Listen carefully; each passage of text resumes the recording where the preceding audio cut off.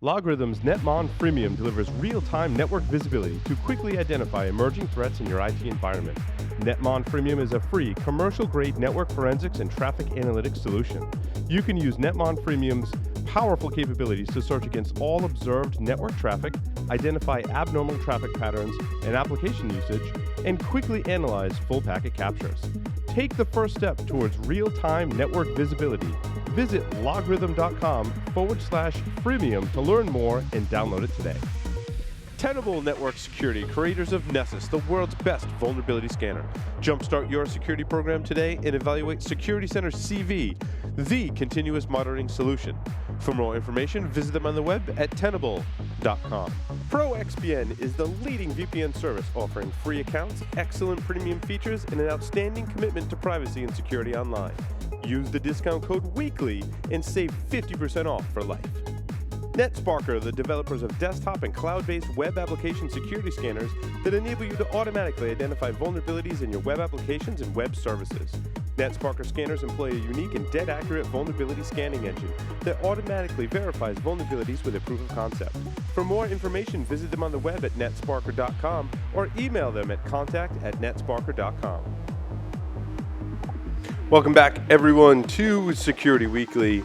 Meet USB works by sending USB drives a sequence of 0 in a way that causes devices to generate a detectable emission at a frequency between 240 megahertz and 480 megahertz. The question is, can these attacks really megahertz? Yes, yes, they can. They can. Well, the thing with me, though, Larry, is, I mean, we've all been in an elevator unable to get cellular signal. Yep. And these attacks require that, one, you infect the computer in the secure location or air-gapped network with malware, which is not impossible, don't get me wrong. I mean, we see that the Stuxnet is a great example of that, right? I mean, malware is certainly possible, but the thing is, you have to be in some physical proximity of the location to receive that wireless signal. Yes. And my question for you is, being low frequency, how does that affect physically where I need to be and what physical environment needs to happen to get that signal? That's a good question. So looking at this, based on the 240 to 480 megahertz, you're going to need to be in relative close proximity within a couple hundred yards. Now, I read the article, and there's ways that you can change this. So it's effectively plugging in a USB, and you're toggling I/O. Sure. A USB device also has to be plugged into the victim system. And I would argue any USB device. And right. There were some limitations. Some of them worked better than others, and others didn't work. They talked about because they talked about EM radiation and all this stuff. Yeah. Can I ask Larry? My understanding of reading the article, just to sort of expand a little bit, is that the receiver was some sort of GNU radio implementation that is set up to receive the custom traffic. With respect to toggling the I/O, are you toggling I/O at the frequency that you're trying to transmit, or how does that piece work? Yes, you're toggling it at the frequency you're trying to transmit. So go check out the RPi TX project for the Raspberry Pi, as well as the RPi FM project. The RPi FM is a little bit more popular given that it was featured in Make magazine, and it effectively uses one of the GPIO pins on the Raspberry Pi. You put a 30 centimeter piece of wire on it, and it turns it into an FM transmitter. You can load up a bunch of WAV files and MP3s and stuff and transmit it to your radio. And it's perfectly legal in that you can do low power transmitter, and I don't remember the exact There's a cap on the output. And I've got and notice I've got the FCC public notice already open in my things. There's a wattage. Yep, there's it's like half a watt or something like that. So I think 100 milliwatts or something like that. Yep. Think Mr. Microphone. Do you remember the Mr. Microphone, Paul? No. Growing up. So Mr. Microphone was basically a microphone that had an FM transmitter in it. Jack, do you remember Mr. Microphone? Yeah. All right, see. And it was a microphone with an FM transmitter in it, and you could turn your radio to a specific frequency, and you could broadcast into the radio. I'm on radio, Mom! And it was a low-power FM transmitter that was permitted by the FCC. And this is a similar kind of thing. It's similar, but just like when you buy a car and it doesn't have that aux input jack, and you get your XM radio and it's got a little FM transmitter. Low frequency will go through thicker obstructions better? than higher frequencies, correct? If I remember my radio signal yes. training, right? Yes. So, I mean, lower meaning lower than 2.4 gigahertz or something like that. Yes, it will penetrate. Right. It will penetrate better. It'll penetrate better, but distance-wise, it's dependent. It's really dependent on the output power of the transmitter, and something like this is going to be relatively low power, which I'm thinking you need to be in closer physical proximity to the device, which for me underscores the importance. And this is really, I think, and in this case, you can change that in that the big one is if you just plug a USB thumb drive and you write zeros to it and ones to toggle the FM or the transmission, you're creating electromagnetic interference when you do that. If you just plug it in, your antenna is about yay long. Yeah. But you can make up for it with the antenna on the other side. Well, not the receiver, really. Or no? You can, but only to a point. You're still gonna amplify noise. The other one is that they said if you plug that USB device in on a USB extension cable, the cable actually acts as the antenna. So the longer the antenna, depending on which frequency you're on. So I mean, this is really dependent on the physical environment, and I'm not trying to downplay the attack because there is some sound research from what I've read, and you seem to corroborate my story here. But if you're in a high security environment where you have such an air-gapped network, your physical security, I think, should have a higher importance than a lot of other organizations, which means you're keeping, I mean, think about military installations. I mean, I even think about, and don't think of like Roswell or nuclear power plants in Iran, which after Stuxnet, really increased their physical security to keep people away. Now, contractors were still able to access, which is how that attack was effective. However, if you're the attacker needing to receive those signals, even here in Coventry, Rhode Island, where I live, is that an Air Force base? I'm going to say it's either an Air Force or an Army base, reserve base. Okay. Like there's big signs, like, don't come any farther than this, and you can't see buildings from the road. Right. There's no way you're going to drive a van full of hackers into the NSA with an antenna on the top. With the antennas on the top, but then NSA. I mean. Right. Well, before they go and testify for without someone's rented green van. Yes. Yeah. I mean, you know what I'm talking about. But the higher security environments have those measures, and I'm not saying every corporation needs that, but you need to take that into account. It is limiting physical proximity. If you have these higher security environments, I believe it's worth the investment in that to protect your physical, because that's really the only way. Because like I said, this article kind of like downplays these machines are connected to the internet, so it's hard for them to get malware. It's not really that hard for them to get malware. Like they're going to get malware. There's another. Go ahead, Jack. I was just going to say, even at Stuxnet level, when people talk about machines that aren't connected to the internet.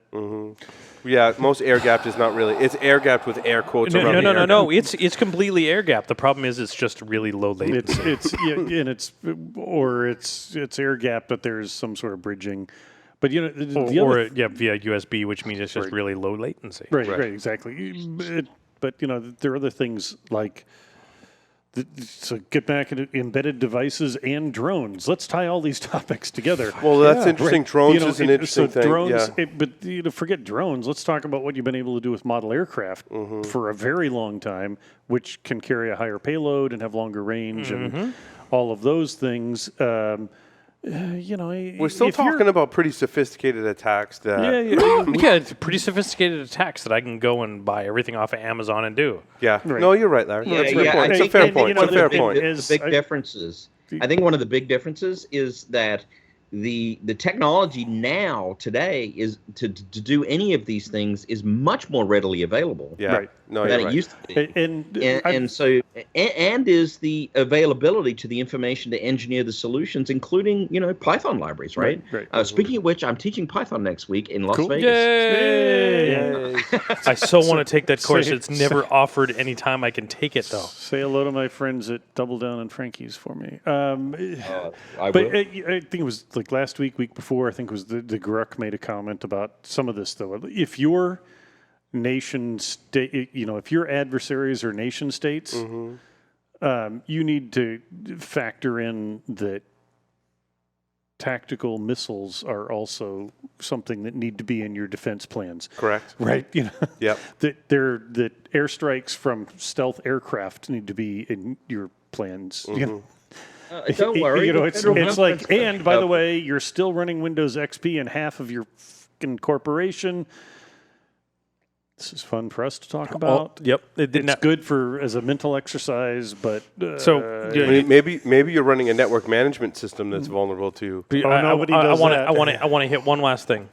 Jack, you say this is a mental exercise now, but I think this is going to be given the devices we just talked about, this is going to be the future of data exfil. Yeah. No, I agree. And that we're going to have to up our game for monitoring of radio waves in our environment, not just to Wi-Fi. Wow, that's a resounding endorsement for Pony Express. Well, the upside is that we've just saying. Oh, there's Kevin. Oh my God, no, it's not Kevin. At least we've all done a good job of classifying our data and compartmentalizing it. You're so curmudgeon-y. Man, Jack is bringing us down. Wow! I so missed that. So it turns out over half of network management systems are vulnerable to injection attacks, including Spiceworks, IP Switch's What's Up Gold, which I have experience with, Castle Rock, Manage Engine, CloudView, another one I can't pronounce, OpsView, Upmantech. It's in there twice. It's in there twice. Medicus. Apparently, it's so vulnerable that they had to mention it twice. I mean, we've all known these systems contain vulnerabilities. And I think that the problem that, and you guys are going to love this one, right? The problem that we've had with these network management systems is there's such a freaking pain in the ass to implement that security is so far down on the priority. It's a miracle if you get these systems working and installed and configured properly, never mind put the security around them. Then if you get one that's easy to use and you tell me it's insecure, I'm going to tell you to go sodomize yourself because I don't care because I can get my job done. Right. And what do they all have? They all have web interfaces. And let's go back, 20 years ago to, no, don't turn on the web interface to manage your Cisco gear because it's all vulnerable, and that hasn't changed in decades. But now everything's a web interface, and people who think that things like SQL injection are easy to defend against haven't actually written code and tried it. Oh, look, I used to manage my whole freaking network with Perl scripts and freaking TCL. Well, what's interesting is that along these same lines, we're talking about the management system. Jesus, you're old. There was an article that talked about the network gear themselves. So Department of Homeland Security says, unlike hosts that receive significant administrative security attention for which security tools and anti-malware exist, network devices are often working in the background with little oversight until network connectivity is broken or diminished. Well, okay, Captain Obvious. Here's the giant, if it ain't broke, biggest, don't fix it. Fattest giant "we told you so" from the security community. And I hate saying that, but it is because we can go back to DEF CON 7 in 1999 when there was a talk about insecurities in network devices. We can go back to 2009 when FX gave a talk at Black Hat about devices. FX or Raven or come on. How many of these people have talked about We've been talking about this for years. I think this may have actually been on episode number 1 of Security Weekly. Exactly. Previously, the other name that I can't say. There's also a presumption that things are architected correctly and that all the management interfaces on these network management boxes are in out of band networks, right? I mean, that's the way it's done. It just compounds the problem. I sarcastically state. Joff, you were at the university environment too, and how hard did you have to work to secure network management systems and networking gear? I didn't run them until I was forced to. Yes, exactly. But I was the person forcing it on the network team, and it took years to get them to understand that not only does this have a security benefit, right, but it also has an integrity to the network benefit. And they're like, well, our number one concern is the network going down. I'm like, yeah, but if your, what is the Cisco failover? HP. HCSA, HP. HSRP, thank you, Joff. Yeah. I'm like, if that's vulnerable, what if someone can mess with that? And then they're messing with it. What if somebody can fail that over to them? Yeah. I mean, I didn't do that. But what if they fail over and they fail over wrong? I'm like, there has to be an integrity. And I believe I did influence them to consider security, but it was hard. And I still think it's a problem we struggle with to this day. as evidenced by obviously if DHS is issuing a warning. You look at the, I mean, you well, look at it's the shadow broker thing as to why they're doing that, right? Like, oh, there was a big hack, so by the way, you guys need to pay attention to network devices. And I'm like, oh, by the way, we've been saying that for like 17 years. Look, Paul, I can state this in like one sentence, right? I did it right from day one when I was doing it. I put route peer authentication on. I put MD5 hashes on the HSRP. I put control plane policing on. I put like ARP inspection on. I put DHCP snooping on. All the features are there, and they're not that hard to implement. But Joff, you're missing an important point. Excuse for not doing it. But you got to apply patches to all of your networking gear, and that's where it starts to fall down. Because that means downtime. Wait, that means it mitigates. I mitigate those issues when I have things like ACLs on the management interfaces, when I have things like ACLs sitting on the SNMP control interfaces, when I deny proxy ARP, when I deny IP unreachables, when I deny ICMP redirects. If you mitigate it properly, your patch issue is so much easier. Wait. So you mean you actually had support? You actually had defense in depth. What Joff is talking about. And I'm going to rephrase this very carefully. It's not that you did your job; it's that you had support from management to be able to do your job. No, here's the actual thing. I didn't. I just did it. Right. Yeah, he got away with it. But I mean, when we talk about network gear, one of my favorite things to pick on, and it's not my world anymore, but there's an entire industry segment of firewall management vendors, Red Seal and Firemon and that crowd. Because if you're trying to manage big iron firewalls at scale, the tools that the manufacturers give you suck and are insecure. What was the Cisco? Right? What was the Cisco one? Yes. No, it was Cisco Works. It was Cisco. Ironically, it was called Cisco Works, and it didn't freaking work. I got to tell you that was in the healthcare environment that I was in when we had to do a bake-off between Cisco and Nortel. They came in and they brought Cisco Works, and they had 2 Cisco engineers try to install Cisco Works in our environment to manage one demo switch, and it didn't fucking work. Yes. 2 Cisco engineers, 2 days to make Cisco Works work, and it didn't work, so we bought Nortel. I was like, we should do like a security evaluation of Cisco Works. And I'm like, no, never mind. Right. And so, but it comes back to the point. If I'm the poor network administrator, even with a security attitude, if you deliver me tools that let me do my job, great point, Jack. And then you say they're insecure, I'm going to tell you that's cute. I'm going to get my job done, right? And keep my resume. And that's updated. really the problem. And we there needs to be a cultural shift. Yeah. We in a big picture, technology, not just security, continuously give people a choice of it's secure or it works. Yes. And if that's the choice you have to make, it pains me to say this, but the correct answer for almost everyone is choose it works. We need to get a story that both Carlos and Kevin can comment on. So I wanted to jump in here and actually try and tie it backwards to the first story we were talking about. To Jack's point, for most people out there, the risk is not that someone's going to be sitting in the parking lot reading CPU clock cycles or listening to the zeros and ones off a USB stick. It's that their switch is going to allow the attacker in. Right, it's that they didn't have time to configure the firewall. So what is the risk that we're trying to pass on to our listeners that they should be looking for? These kind of really cruel research projects, or the fact that Kevin, I think it comes down to good cyber hygiene. So the FTC in this story, if there ever was a story that grinds my gears more, it was this one. And Lindsay Lohan? Lindsay Lohan. Let me go off on my tangent, and then I'll open it up for comments. So the FTC panel was put together to counter ransomware, and many panelists agreed that better basic cyber hygiene can do a lot to help eliminate the problem up front. But my question is, what does that even mean?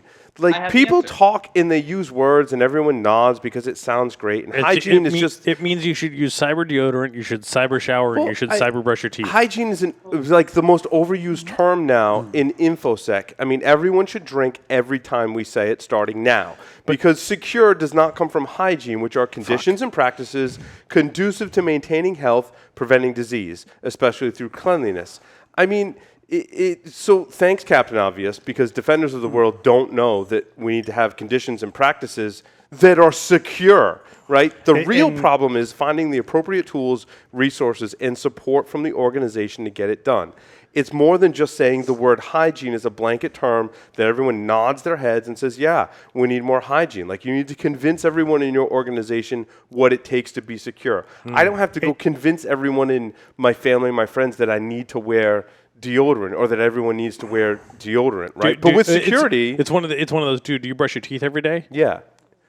Really? Well, I actually, do. I've had You don't, But you, I don't you've have- never skipped? But I don't have to convince, I mean, maybe with my children, I have to convince them to brush their teeth. Yeah. But with most other adults, I don't have to do that. Maybe they're circumstances. But Okay, you need so to have enough Have you people. been to DEF CON? But you have to be, enough people in the right processes Right. to do security. And then you need tools like hardware and software and training to do security. You can't just put this blanket thing out there. So this this- is this magic word. this- We all need cyber hygiene. Wait, Everyone this, drink. This came from I our would, but I'm out of drink. federal government, right? No, And but so the, let's have a flashback to last week when Josh pointed out that part of our battle with healthcare is that the government said, you need to connect all this shit. Huh. Oh, shit. Yeah. I just Now want you've to connected all this shit. I want to make a blanket statement that I think will be the title for this episode, and that is cyber hygiene is bullshit. Oh, come on now, Paul. It is quantifiable, okay? And I from a consulting perspective, I point people back at the originally SANS developed critical security controls, which are very good practices, and in their summation do add up to what I would consider hygiene. I think hygiene as a word is misapplied, and if that's what you're saying, great. Yeah, it's misapplied. That's exactly what I'm saying. Yeah, I mean, I don't know. I mean, having 20 well-defined security controls that you should implement is very different from people sitting around in a boardroom and saying we need good cyber hygiene, right? And that's what I feel like is happening a lot of times. We get in these like situations where like, Kevin? you know, security is just about good hygiene, and no one's looking into like what that means is What like it means. work and collaboration and software and hardware and processes. And by the way, that's slightly different for every organization on the planet, and you have to factor in the risk level between a critical infrastructure company versus a small software company. The two different like risk models apply. Wildly different. And wildly different. Kevin's Kevin, got to come. sorry. Go ahead, Kevin.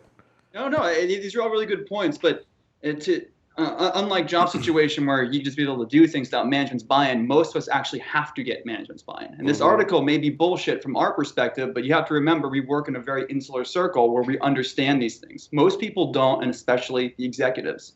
This article is a language problem. It's a way of trying to translate problems into their language they can understand. So yes, I entirely agree with you, Paul, that the underlying of what you need to do next is important, but first you have to convince them why. I think everyone who listens to this show understands that security is a really hard thing to sell, and one thing we're really bad at is actually selling it. So it's a language barrier problem. Saying hygiene is a way for them to actually conceptualize, hey, maybe we should do something versus trying to just throw our hands up and say, I don't need to brush my teeth twice a day.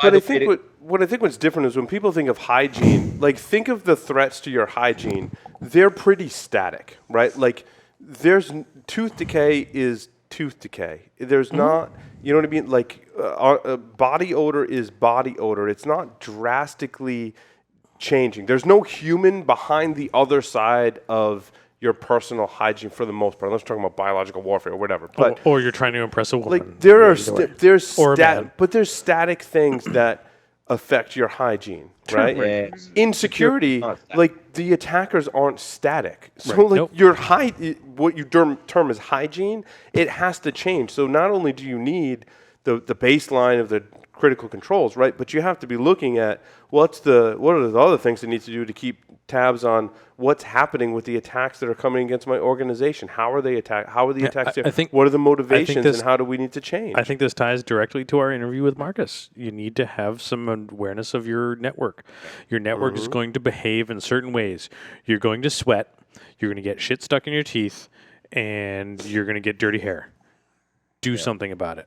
These three things are constant. When something happens outside of that, like you get a cut, you need to deal with that appropriately. Yeah, you I need don't to know. disinfect. I've always felt that the whole The whole relation analogy- to the security of analogy security sucks. and Analogy sucks. personal health is just Yeah. It's just terrible. It's a bad analogy. And also to comment on my cowboyness, by the way, that was in a university context. And Paul is probably aware that in a university context, there were a lot of cowboys because there's very little top-down going on. Yeah, if you wanted to do something like, you just had to go do it because getting buy-in would seemingly never happen. In a lot of cases, getting buy-in would take yeah. a committee on committees, Yeah. which has to have a executive committee to decide what the committee on committees is going to do.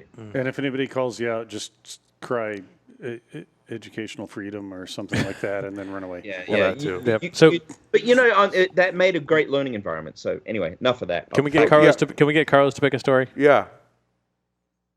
Well, hello. Sorry, Carlos. Don't have them open. Not to put you on the spot, but I wanted to see if there was something there that you were passionate about, because we've been passionate. Samsung phones exploding. That's a good one too. Ubix is snagging phones from creds from locked machines. That one was interesting from Mubix. Yes. On Windows systems, I have to say, cool. That's an interesting one.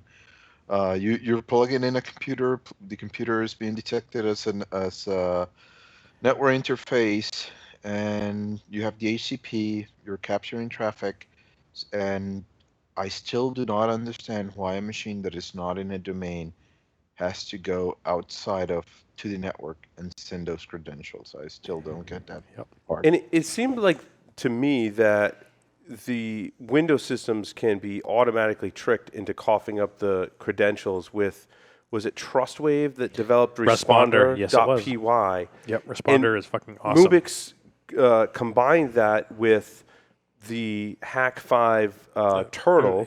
LAN turtle. LAN turtle, which essentially creates a USB Ethernet and has a regular Ethernet on it. It looks like a regular, and I have one. I actually have to update the software to do it. Mubix is talking about, or I need a different model of it.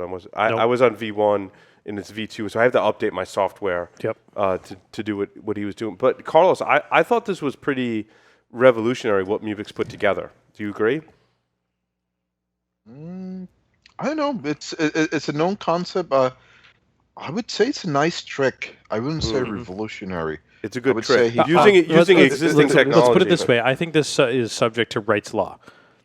Joshua Wright's Law, in that if there's an attack that is easily doable by your grandma, it is now a threat. This has been a threat for a long time, but now there's a tool that is there that you can flash some firmware to, you can plug it in, and boom, you got credentials.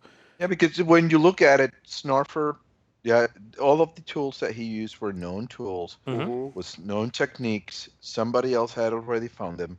What he did is he just packaged put them together in an interesting way. Yeah, but I thought it was brilliant in that respect. And when it comes to OS 10, he mentioned that he's still trying to figure that one out. The main reason for OS 10 is that if you go into your preferences, you go into sharing, and you enable access to file shares in Windows, OS 10 then is going to pop up a window and ask you, hey, can you retype your admin password? You retype your admin password, and OS 10 in the background is going to take that password, and it's going to create a LAN hash and an NTLM v2 hash or NTLM hash. That's interesting. It's going to save both of those with your SHA-256 or 512 salted hash. That is a lot more secure.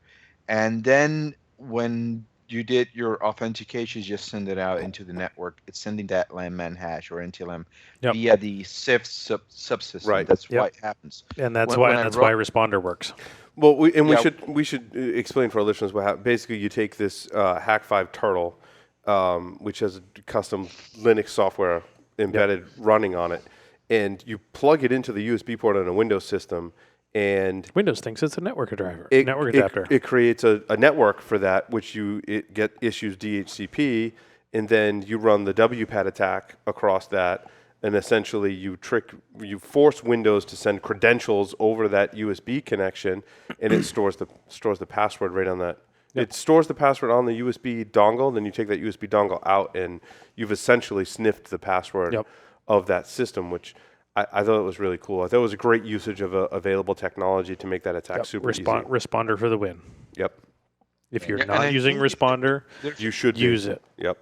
Yeah, and in fact, I think there's a GPO setting that you can disable WPAD on all of your machines. Yes. There's some still even I want to say Responder has some ways around dealing with WPAD as well. It's interesting. I can remember doing a pen test like years ago.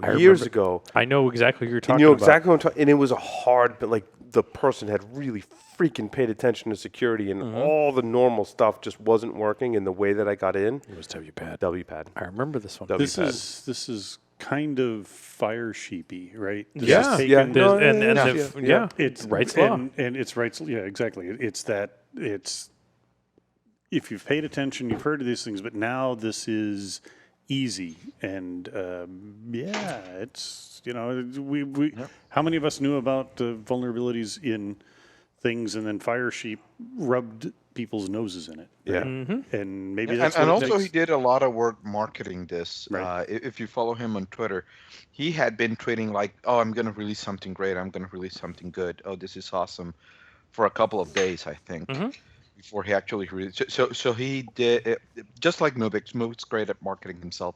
Yeah. So what he did is he created that amped up expectation of it, and I think that's another reason why it really grew so fast. Yep. In fact, Well, I think it's important that Mubix and others in the community do that kind of stuff, Right. because it underscores a sore point that people need to fix, right? Like it underscores this risk that we all kind of maybe know we have, maybe we don't, but when we kind of make a big stink about it, then people start to fix it. So I really hope that what we all learn from this is that we have to go fix these vulnerabilities in our environment, because it's just getting, as attackers, easier and easier to exploit that weakness. I'm just waiting for Microsoft to respond to this. I agree, Carlos. They really should, right? They won't.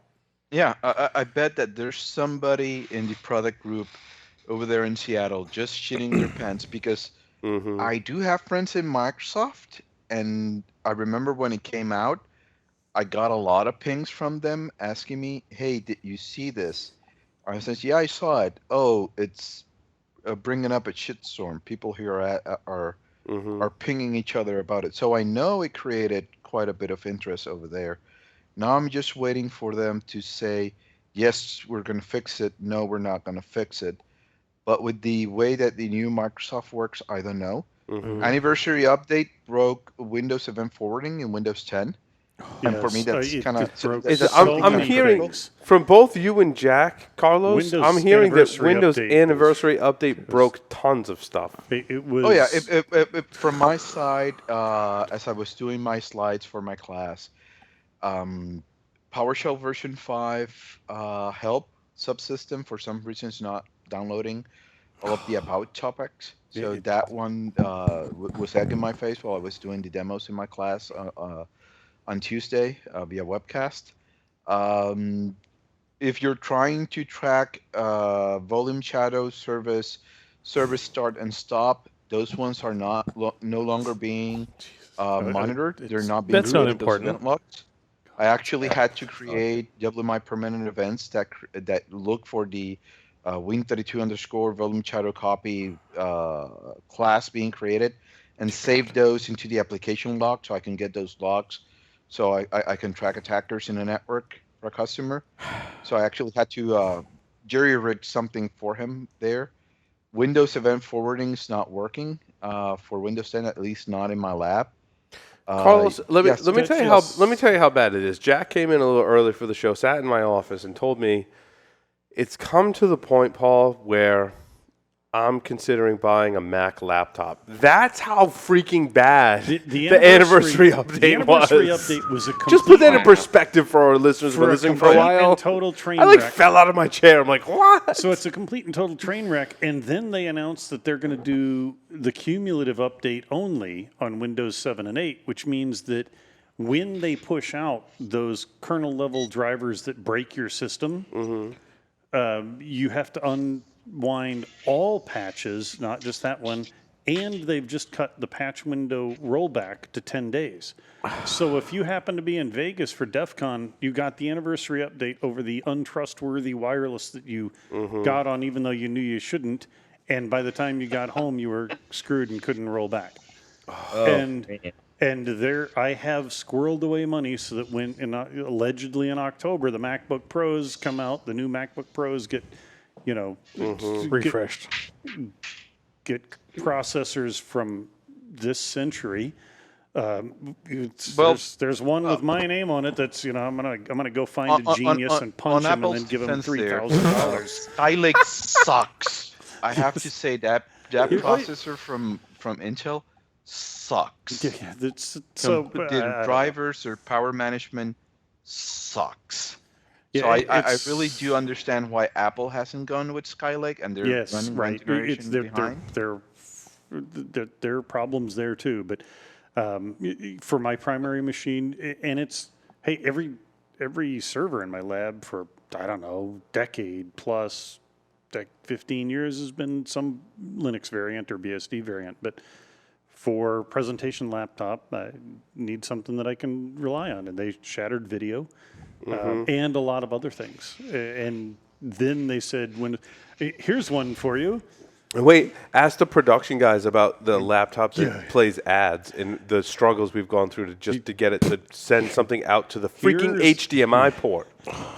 Here's one for you. On the Windows 7 cumulative update, the latest one, there might be an old PC in my house that can no longer play Solitaire after the fucking update. And that's a crime right done. there.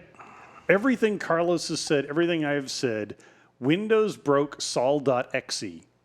How do you do We're that? done. Because clearly you use that as a payload for your exploits. It's the database. Right. It's the database that stores history and scores and stuff. They shattered it. Wow. Microsoft broke sol.exe. We're Where's done. Where's Bill Gates when you need him? We're done. I can't wait to go. My gears are churning how I can replace Windows with other operating systems here in the studio. I hope to be able to go to Summit in November, and it'll probably be the last year because I've said so many evil things about Microsoft, all deserved, but I kind of doubt that I'm going to get that prize next year. And it's all right because they have made you make the choice. Yep. Of get the latest security or have a functional machine. And again, if you make people make that choice, choose one. On that high note, we're going to wrap up the show. I want to thanks everyone. Thanks to everyone for listening. There's more stories in the show notes. More stories in the show notes. Larry, Squirrel. take us out. Man, this was a rough one, but over.